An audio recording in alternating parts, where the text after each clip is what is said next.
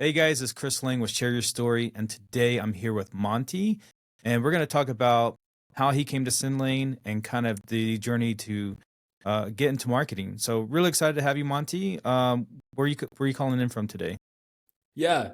All right. So first and foremost, thank you, Chris, for putting me on this stage. I am really excited and grateful. But yeah, I'm calling in from Miami, Florida. Oh, great, great. Are you from Miami? Where are you from originally? No, so I'm from Brooklyn, New York, and I spent like the majority of my life in New York, and then I ended up going to college at Johnson C. Smith University. So I was there from 18 to 21, and then I floated around. I've been to Fort Myers, Florida for a little bit, stayed in Charlotte for a little bit after Hmm. graduation, moved up top to Jersey City, and then again New York, and now I'm here. Yeah. Uh, uh, what kind of kid were you? Dude, that is Oh man, Throw a okay, curveball in so there. I'm just gonna throw a yeah, curveball. yeah, fuck it. Okay, yeah. So I was definitely all right. So I had a wild imagination as a Okay. kid. So All I right. remember when people would ask me, like my sister, my older sister, my dad would ask me, "What did you want to be when you grew up?" And I said a Hmm. lion, right? Oh, And wow. I remember I was told no, that couldn't happen. And it was at that point where I hated the word no. It Mm-hmm. never like left my mind at that point. Mm-hmm. But I think I was very adventurous. I had crazy, crazy imagination. I think that's Hmm. something that my dad always like encouraged. And then, I ended up getting into acting school from like, in junior high school. I was like in this performing arts specialized high school. I did theater for a little bit, and that sort of like helped me out in terms of like my projection. But actually, I'm gonna go into that a little bit. But I did Yeah, of theater for a course. little bit, and then I Yeah. also was rapping. I was like a straight up rapper, Oh, like, nice, nice. and I legit could have made it if I pursued it a little further. Yeah. Um, but I just like really just like caught interest in other things that was business related. But I think that, what you did as a child sort of like really helps you and carves who you are today. So I think about Yeah. me going into acting and how Right. that sort of impacts like my presentation and animation nowadays. Right. And then with rapping, it's just more so like my aura, right? Because I Right. had to really perfect that at a time. And I was performing at stages that I shouldn't even be at. Honestly, I was in clubs at 16 performing. Yeah. I opened up for artists like Fabulous in college. Oh, So it was nice. like super cool. But like the reason why that sort of like went away was just because I initially went to school to like learn the marketing and learn how to market myself as an artist. And I Okay. ended up falling in love with it. The school showed me different faces of marketing, and I was able to see people like myself be in these really like high positions. And so that's when I Right. started to be captivated with it and actually see that it was attainable. Right. And I'm all about passion. So if my heart's not in Mhm. it anymore, I can't really pursue it. And that's Right. the reason why like rapping just sort of like fell at wayside. Okay. Okay. You got to give me something straight from like top of the head.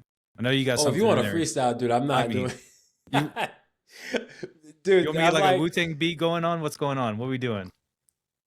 so the crazy thing is a lot of people always ask for like my music and I would never Yeah. share it. But it's No? on the web. I'll say that. It's on the web Yeah. somewhere. So if you find it, hey, enjoy. Yeah, dude. I tried to be a musician too. I was not very good. And I mean, yeah, it's on the web, but you probably can never find it. It's not under Chris Lang, that's for sure. Yeah.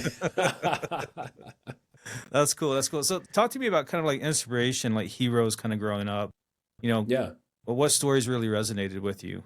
Yeah, sure. So in terms of heroes, I think there's a certain figure, right? Hmm. I love people who are sort of like fearless and resilient, right? Right. So even when I would watch cartoons growing up, it was always that character, like even Dragon Ball Z, the Right. character that took a lot of hits and then slowly got back up. And Hmm. I always would be drawn to those type of characters. Hmm. So in terms of like, figures and role models that sort of like, got me feeling or got me motivated, I would probably say people like Steve Jobs, right? Hmm. I think I love Steve Jobs' like revolutionary approach in terms of Apple and technology. Right. I'm gonna add an asterisk here, but Kanye West for Hmm. sure. Hmm. Obviously, what he's doing nowadays is a bit, but Hmm. for the most part, he was resilient in the sense of he was told no 1,000 times. And if he would have simply listened to that, we wouldn't have Right. gotten the Kanye West that we received, right? Right. Jay Z, of course. And, there's different figures here and there that sort of like helped me Hmm. understand like how to approach things and how far I can actually go. I think Jay-Z, for one, he started in the projects and Right. really just grew, right? He didn't allow his circumstances sort of like determine who he was going to be. So that Hmm. was motivational in this in a sense to me as well. Hmm. And then if we're looking at like people that's within my circle, I would probably say, I think my dad is definitely a role model in the sense of just being relentless, never taking no as an answer, and just sort of like setting the grounds for me. He's a workaholic. At least he Hmm. was. Now he's a little Right. older. It's a little different. Right. And with me, I seen that, and I was able to see Hmm. how fluent he was with work and how he would be able to transition seamlessly. But that was because he was doing something he loved. So Right. I took that, and growing up, I just really, became a carbon copy of it. Being Hmm. a real workhorse. I Hmm. think Elon Musk, in the sense of just like working around the clock. Right. Elon Musk will work 7 days a week. There's also like a GM at Chrysler who sort Hmm. of like talked about that too.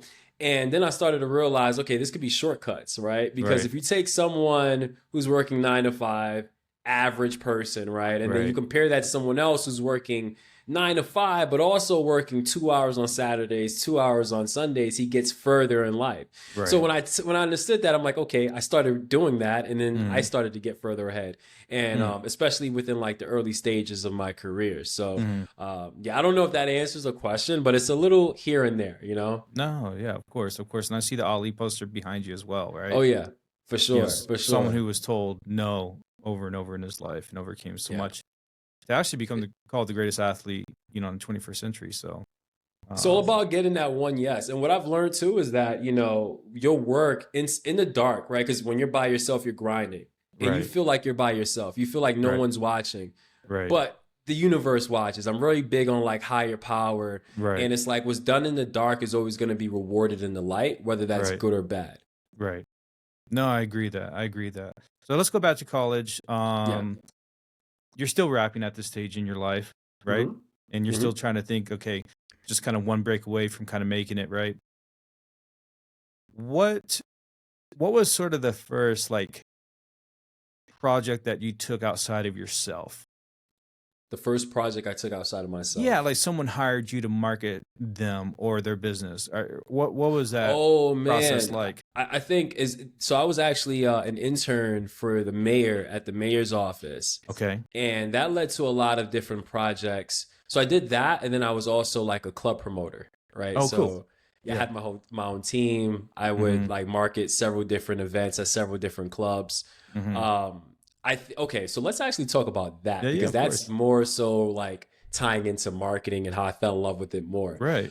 Specifically like the entrepreneurial aspect. So Right. I remember going to a club one time, and, of course I was fashionably, present there too. Mhm. And people spotted me. I received an opportunity. I took that one opportunity and ran with it. So Mhm. what could have just been me being a club promoter turned into me being a club promoter with my team because I Mhm. assembled the team. And then I sort of had a mission in my mind. It was just like take over.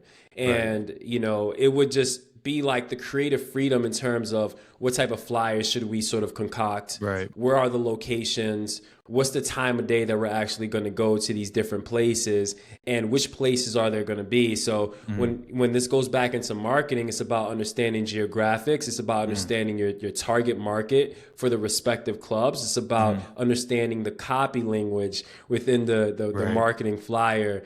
Right. And it's also about understanding the conversion rate. If Right. you distribute 1,000 flyers and you have about 500 yeses, of those 500 yeses, how many people are actually going to attend the event, which is Right. probably like a 25% conversion rate. And then you go into the recurring traffic. So of those people, how many people are going to be repeat goers up to a certain time, right? Right. And so I started analyzing everything, and then that sort of got my gears churning, and that just sort of like led me to be more business minded and just more excited about like a undertaking like that. Yeah, that's really interesting. Were you more involved in like the creative aspect or strategy aspect? Both? I mean, Yeah, where I did was you in charge of the creative aspect. So it Mm. was pretty much I was hired to just hand out flyers initially, and I'm like, hell no, like what the Right. fuck? So like I decided to take more control of that. I decided to Mhm. come up with the theme. So I would develop the theme, I would develop the copy, and then I would also like approve or deny the flyers. And Mm-hmm. then, that was at the beginning, the infant stages of technology, of social media. So Mm-hmm. this is when Twitter started to really be on the rise. And so we use that to our advantage as well. So you were using Twitter. So what era was Yeah. this? What timeline? This was 2011? 2009, and then yeah, so 2009? for 2009 through 2012, 2013 I graduated, Okay. but I dropped club promoting at that time. I needed to Yeah. graduate. My family was waiting for that graduation date. Yeah, yeah, I yeah. needed to lock in. I had a good time in Yeah. college, and I needed to kind Yeah. of buckle down.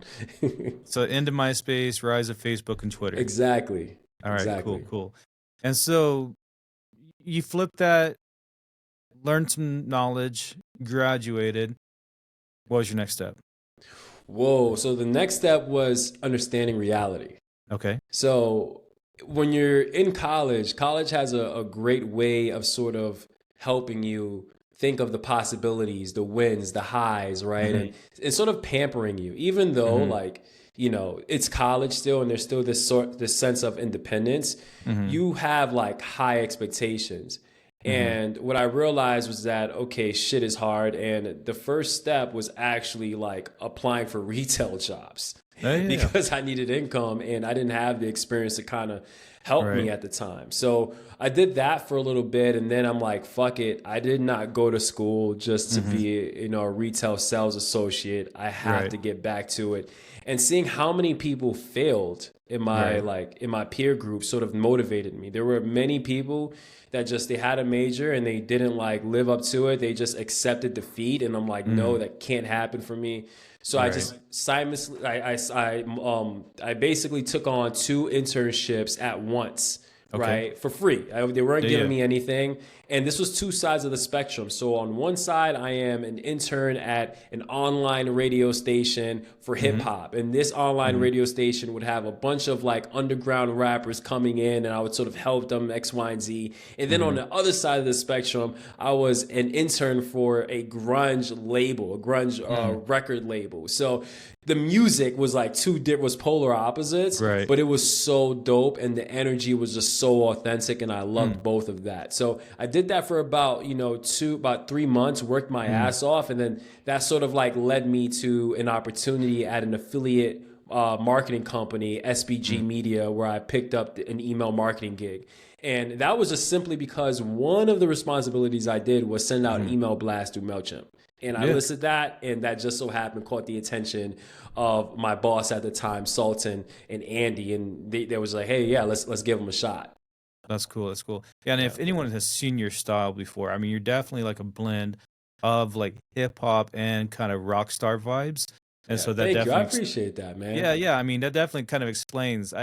I couldn't put my finger on it, Yeah. like like your style, but then I was like, oh man, okay, that kind of makes a little more No, sense and then, now. dude, it was so cool because like the grunge label is Bada Bing Records, and they're Mm-hmm. still active now, and Mm-hmm. so they were literally doing their job from their own apartment. Yeah. And it was only like a few blocks away from my home. So I'm like, shit, Yeah. why not? Right. But Yeah. I Yeah. go in there, I'm like, whoa, this is like at someone's apartment. This is Right. crazy. So I see Mm-hmm. a whole bunch of like vinyl records Mm-hmm. and they're distributing it. They're talking to all these major like blog platforms, Mm-hmm. Pitchfork and Right. Double XL. Like, I'm like, oh, Mm-hmm. this is like legit. This is so cool to be around Right. that type of atmosphere. Mm-hmm. And it was just so raw. It was so authentic. So there's that one. The other one, GID Radio, which they're no more at this time just because the founders decided to go across a different venture. Right. Well, actually one did. The other, rest in peace, passed away.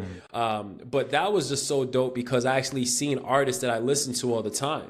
And they would come in, they would get interviewed, etc. But that opportunity led me to a lot of like, entrepreneurial habits. Right. So when I was working at Bada Bing Records, it was more so, okay, send out email campaigns, reach out to these blog platforms, etc. Kind of just more like, this is the system, this is what works, we just need you to Right. do it. Right. Cool. Where GID was just like, okay, like we need opportunities to grow. So I started to develop all these different ideas and I realized like what it's like to actually have someone who allows you this space to sort of ideate, right? Right. The owner at the time just, he needed the help and he loved the energy that I had. So he just said, fuck it, like do what you think is best. And so I started carving out all these different ideas. I started blog writing and, you know, I had my name and that this is the first time where I was on the Google ranking sheet for page one. So I was like, you know, super happy about that. That's cool. But yeah, I did that for about 3 months. I tried to do it after. I tried to stay at GID Radio after I worked at SBG Media, but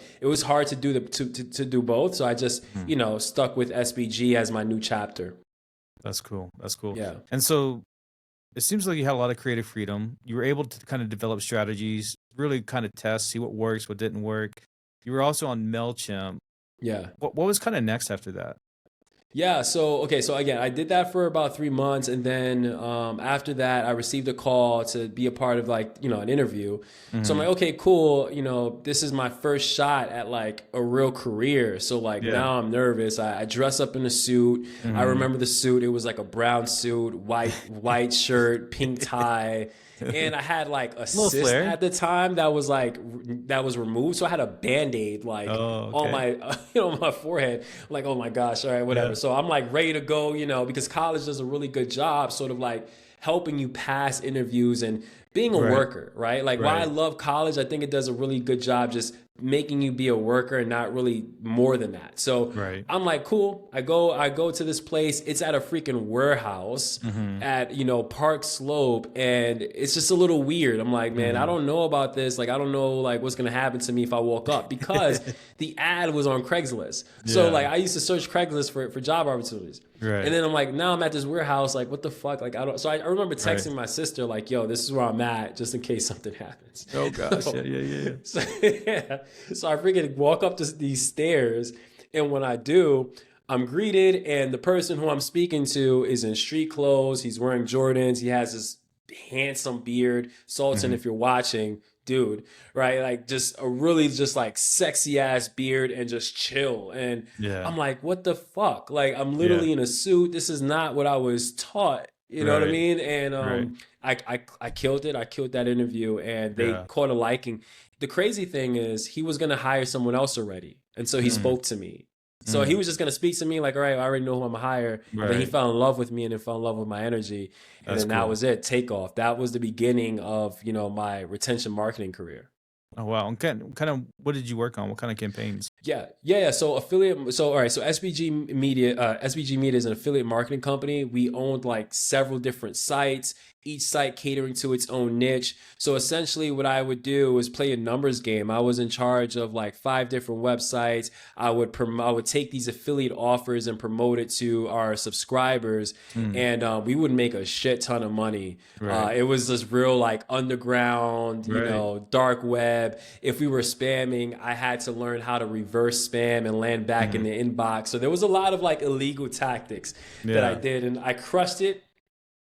I remember for like year 1, I was like a coordinator. Year 2 through year 5, I was manager. And I remember feeling like at the time that I just simply wasn't good enough. Like in the beginning, before I was a manager, because I, you know, even though, you know, people nowadays say like I'm a great presenter and I'm a, you know, really good speaker, I wasn't that at the time. And I also wasn't someone who had all these $5 words and super smart, right? And I was around peers that did. So I was just a hustler though, you know, I came from nothing and I'm going to make sure I freaking make something out of it. And the owner of the company, he just had a high school degree. He just, you know, he was more grit than anything. He's seen, you know, how hard I was working, and he was the one that presented me with these opportunities. And he's just like, dude, you outwork anybody. Like, this is for you. So that's when I actually had the opportunity to be like a manager. And I did that for about like, you know, 4 years. But I basically started, even then at that point, I did really good in that entrepreneurial environment. I started our subdivision, a subdivision that was never created before. The company never started subdivisions before. They decided to do it with me. Did it, and I remember like it was a project to see if we could actually kick off another company within the company. And we tried for 3 months, and at the very last 2-3 weeks, we finally got it off the ground. Like I thought that, mind you, the setting was, hey, look, you know, you're going to start this project, which is going to be like a company. We're going to put you somewhere else. So you're not even going to be in the office anymore. You're going to be isolated. You're going to be in Flatbush. So from Park Slope is the head, you know, office. You're going to be in Flatbush. You're going to be by yourself. And we want you to get this off the ground. Get it off the ground.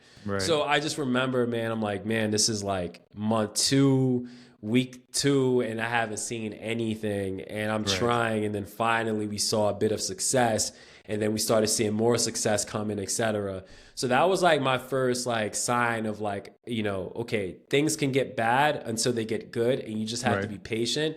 And you also have to understand that everybody gets their own break at their own time, right? You can't take defeat personal. You just have to keep working. And again, what's done in the dark comes out to light, good or bad. Right. So, you know, got confidence. You were, you know, probably feeling good with kind of like the strategies you were developing. What was the next step?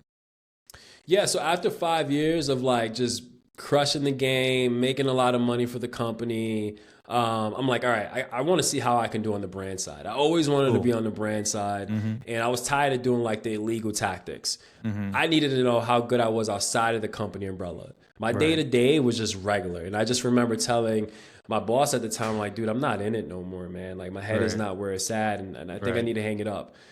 So we respectfully part ways. I still have really good relationships with all of them, but then it was time to see what else was out there.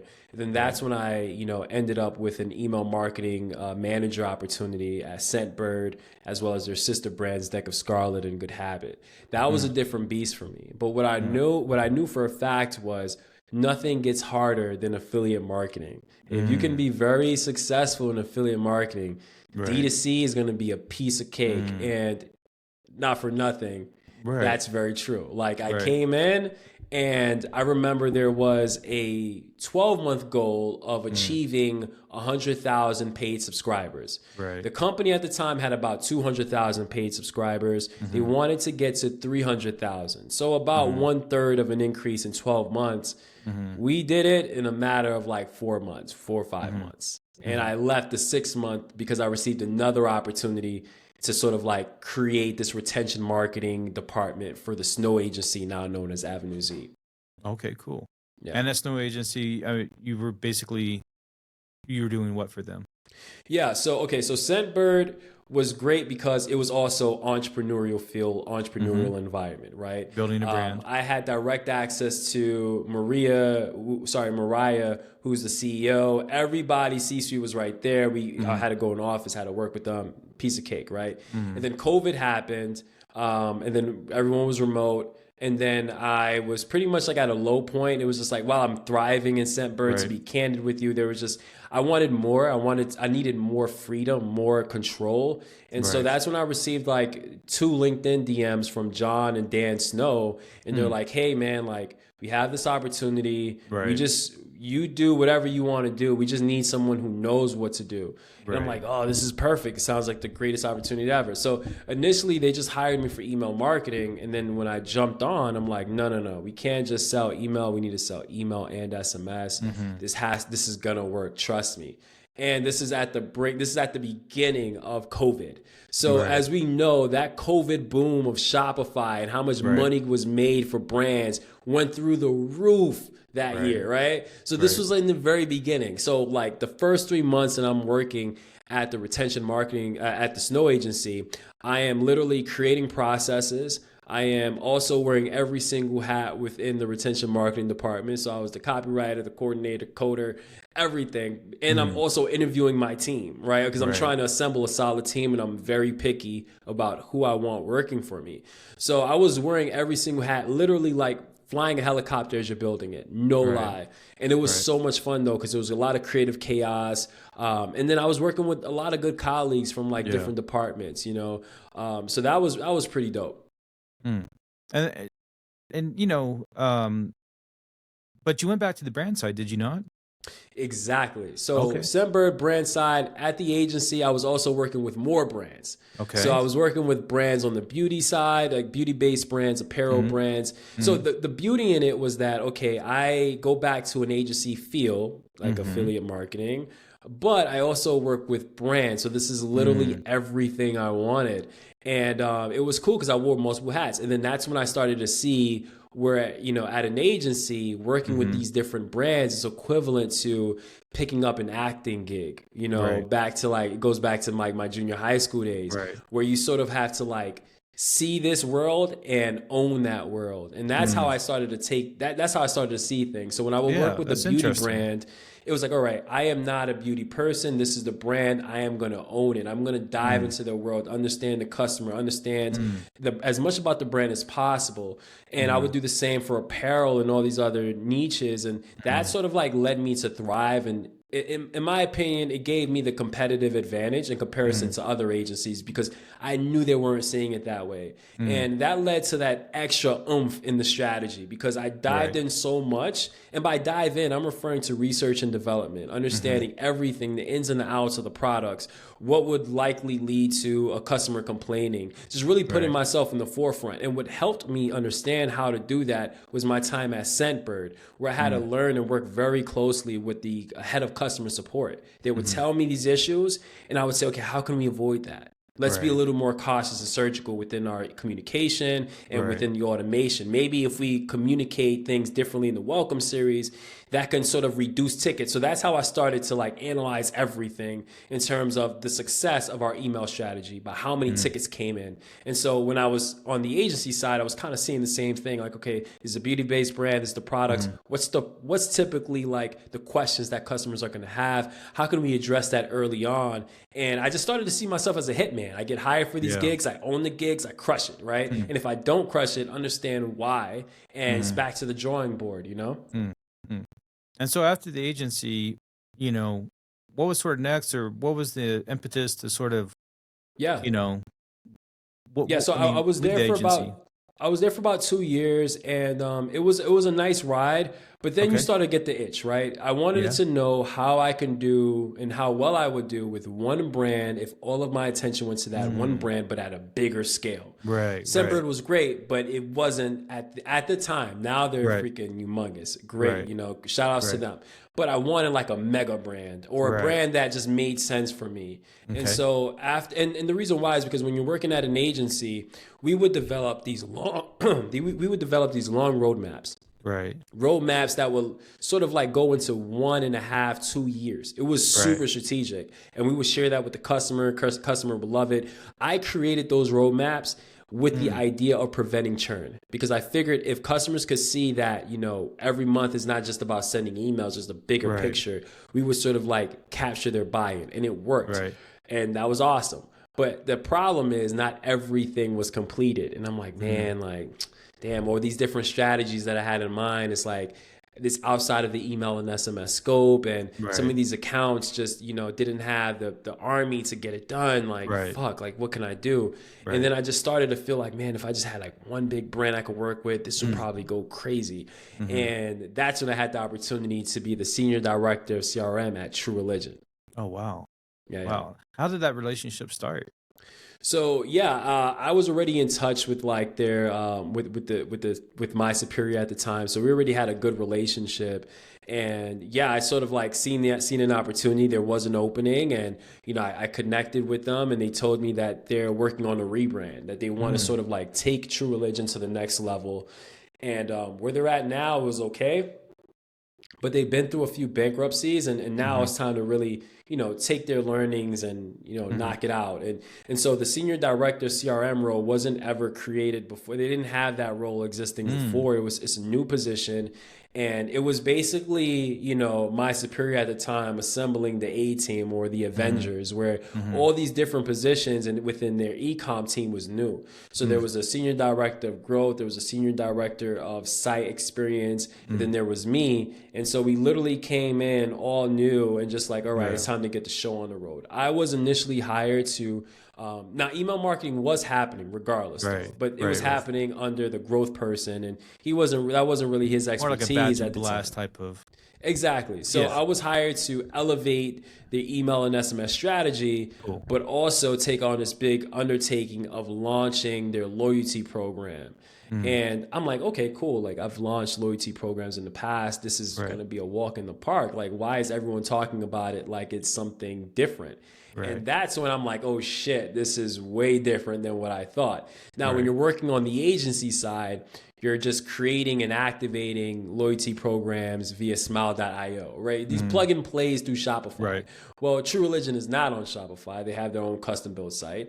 Mm. And to do a loyalty program of a company that's making hundreds of millions of dollars, it goes through a different type of strategy. Like, you actually need to do R&D. You actually need to explain every single thing in terms of why is the loyalty program structured the way it is, what Right. is the comparison to us versus our competitors, Right. what impact is this going to have financially on the business. And so, I sort of took a different approach. Now, initially, I came in guns blazing because I'm so used to just being agile and scrappy. And then when I try to do that there, I realized I stepped on a few people's toes and they were not too happy, but they were certainly graceful. So I just learned to kind of create the strategy, but let other people do their jobs because that's what they're here for. And that's when I sort of like seen the best ROI in this whole process, when I actually started trusting my team.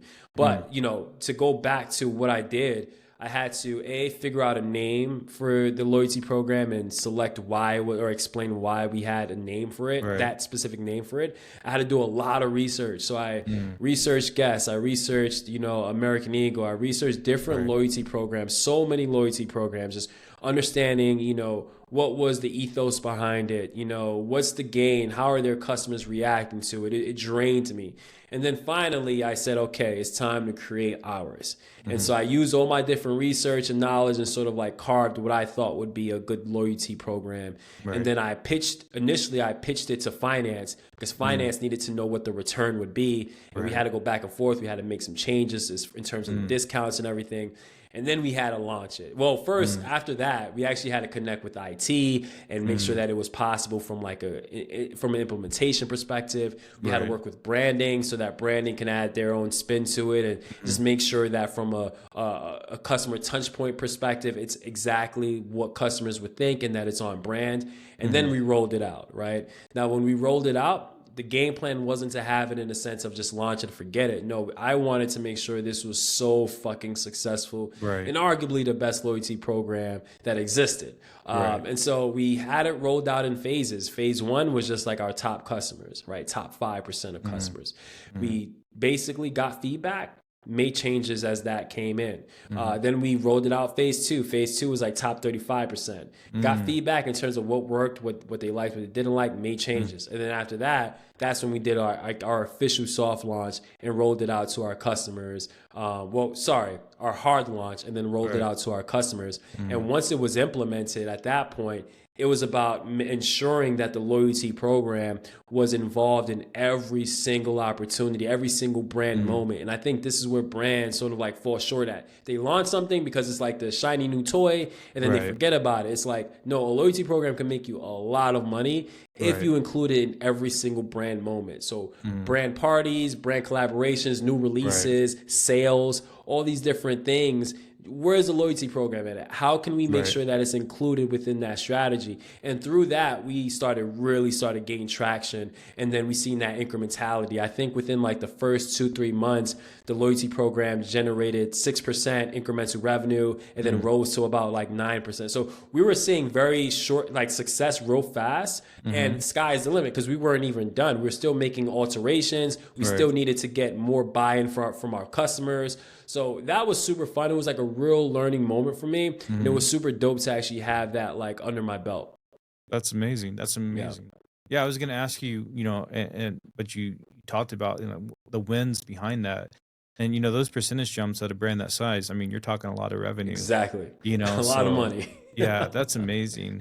Yeah. And then you basically, you were a True Religion for how long? And yeah, I was True Religion for 1 year. Okay. Now the thing this is around I 2020, 21? This was around 2023. Okay, 23. About Okay. 2023, yeah. Now going back to like being at the agency, I see myself as a hitman. I go in for Okay. the job. After that Right. is on to the next one. Like I am an Right. entrepreneur, right? Like at heart. So I Right. launched it, and it's like, okay, damn, now what, right? Because it's like, Yeah. what else am I gonna do? I remember I ran my first marathon like last year. When I Mm. crossed the finish line, I'm like, damn. I What's enjoyed next? the work. It was the work that actually got me high, Right. not completing it. So it was like, man, I did this. I moved a mountain here. Like, what Mm. am I gonna do? I want to be happy. So I realized, all right, you know what? Let me just, figure out what the next opportunity is for me. Because at this point, like my heart's not in it. I already have like Right. someone. I already sort of like had someone to take my spot anyway. I Okay, purposely cool. made it that way. Right. And I'm like, all right, well, I launched this loyalty program. I got this under my belt. Now it's on to the next project, man. Like Right. this was cool. It was great. And yeah, we parted ways, and then I Right. sort of like worked on clients. I did that for a bit Mm. as a consultant. I still have my consulting thing. I still work with clients on the Nice. side and everything. But while I'm doing that, while I'm working on accounts, I'm talking to Jimmy, and then that's when I found out about a Sendlane opportunity. We had a meeting, and I just thought it made sense for me at the time. Now, the Right. reason why I was like so into it is because when I was at the agency and through my career as like a marketer, I'm giving bones, and I'm giving like gold nuggets to like Right. the CSMs at the time of whatever platform I'm using, and they're Mm. using that and sort of like leveraging that for like whatever projects they're working on. Right. I would Mm. have requests, they would implement it.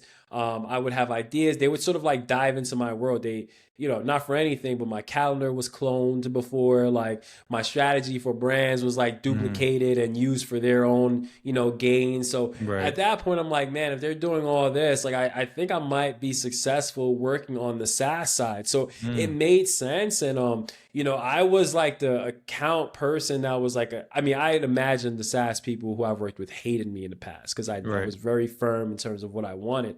So when I went on the Sendlane side and on the opposite side, I started getting my karma back. I'm like, oh Mm. man, working with these hot clients. And I'm thinking like, dude, like I'm giving you recommendations. At first it was kind of like I'm giving all these ideas out. You need to listen. Like Right. these idea accounts would basically come in complaining about certain things. And I'm like, yeah, you're wrong. That's not an accurate read.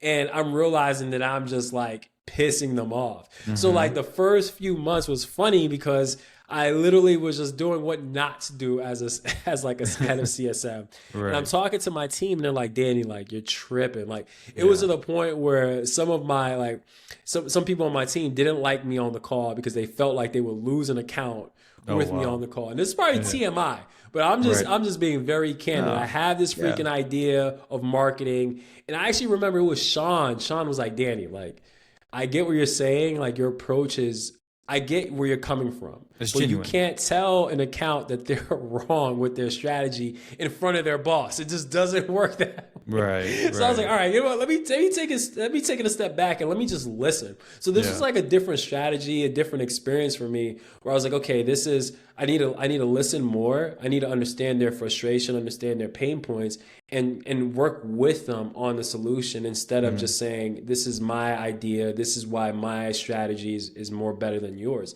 We have Mm. the same mission in mind, which is to elevate and to make them a shit ton of money. So it Right. just made sense to just kind of alter the approach. And that was that was honestly probably one of like the first things that I've learned at the Mm. job. That's awesome. That's awesome. Yeah, So, you're at Sendlane now, yeah. and you know, you've been able to look across a lot of different accounts, a lot of Hmm. legacy accounts, still kind of helping brands grow. What would you say are some of the what are the top three things that most brands are doing wrong? Because again, you're not Yeah. going to get someone fired. This is the place to vent. Yeah, yeah, yeah. Yeah. I mean, what are the most common mistakes you see across accounts when you look at them today? Speaking candidly, the first thing is just not choosing the right agency. Mm, Right. So I'm gonna start with that one, right? mm, And going on a rant here, yeah. there have been agencies that, work on accounts, and when I'm speaking to them, they simply just don't know what they're doing. Mm, And I'm that's like, dude, interesting. like I'll go into their automations. I'm like, well, why the automation is like this? Or, Right. you know, and I'm this is coming from the agency because I Right. wore all these hats. Like, I'm coming with Right. a lot of insight and a lot of Right. experience. And I'm also trying to understand the why behind certain things. And Right. so when I'm speaking, and I know how I am, I'm very animated and very upfront. When I'm speaking with these accounts, Right. these agency reps are just like, they don't really have the answers to them. And I'm Mhm. like, okay, is it just a number game, right? Is it just to where like the agency head knows what they're, knows all the strategy, Mhm. but they're just trying to grow rapidly and they just hired someone and they don't have time to train them. And this Right. person is just simply doing whatever is in the playbook. And I say that Right. specifically because that's probably what's happening. Right. And I'm not the first person that realized, okay, I think there could be a problem here, right? And when you're looking at, what works for for a SaaS company or what's in it for the CSM is retention. We want to Mhm. retain the customers. Right. Well, if an agency that is simply, not fully experienced in terms of how to deal with a certain account, Mhm. then that can affect churn. That can affect retention. Now, let's Right. go a step further. An agency that is only an agency for a specific SaaS company, a SaaS Right. provider, does that Mhm. really mean they're a credible agency? Like if Mm. I'm talented, if I'm smart, but I'm only smart in one school and I go to Right. another university that's a bigger population and I'm not thriving, what does that say about me? And so a Mhm. lot of these agencies, specifically around the COVID boom, was created Mm. because of how easy it is to make money for email marketing. Because at that time, Right. it was very easy. You can literally send out an email saying buy this shit now, and Right. everyone's at home just itching to buy that they'll Right. buy, and now you have this whole success story. Well, now that COVID's out, the real marketers need to step up. And I remember when I was in the agency side, right before I left, it was more so like, okay, guys, like time is hard now, right? And to Right. be an email marketer, you got to really know what you're doing. And I was Right. so happy because now the weak ones phase out. Mhm. Well, that was what I thought until I stepped into this chapter, stepped into this role, and I'm, experiencing the pain here of my account simply because there are some Mhm. very successful, but Mhm. some of these agencies just simply don't know what they're doing and they're only thriving in a platform that literally has everything laid out for them, Yeah. right? And it's just like, where's the agility and Right. this goes back to, the theme of like, what you've done before sort of Mhm. like impacts how you are. And I talked about acting and how that gave me Right. animation and rapping gave me that aura. Well, Right. when I was at an affiliate marketing company, SBG Media, I was kicked off of so many ESPs that I had to learn every single ESP and be open to their technology and make the most of it because Wow. I was Yeah. kicked off every time because I was sending, crazy shit. So I'm Right. like, I know what it's like to explore a different ESP Right. and make it my new home by default because I didn't have another option. And it Mhm. just seems as though a lot of the agencies that we see today are Mhm. pro certain ESPs. And it's just like, dude, like, are you really a retention marketer? Because real retention marketers can thrive anywhere and they Right. make anywhere their home. Mm. And if an account leaves a certain ESP because of money or just because it's just too much and they want to Right. sort of like get something simpler, they switch over and you can't really help them. Now it's to the point where the account is dying and your only excuse is, well, this isn't the platform that I'm used to. And it's Mhm. like, where's the evolution? You should be Right. masters of every ESP that you use. Right. Yeah. And so, what would be number 2 and 3? Number two, I would probably say in terms of usage, in terms of like the pain points here would be just SMS profitability, right? Okay. Yeah. Makes a lot What of I sense. typically see over and over again is that there's companies that, love emojis. They love the look of it, right? They You're love the right. emojis, they love the imagery, and they're sending, and next thing you know, they get the bill and they're like, what the fuck is this? And I'm Right. not seeing the money that's being generated here. And it's like, you kind of got to dial back and understand that less is more here, right? Remove the emojis, remove Mhm. the imagery, unless it's called for. Like if you have a new arrivals dropping Right. like on Thursday, include an MMS because people should actually see it before they click to that next page. They Right. have the right to see what the product looks like, or at Mhm. least a teaser.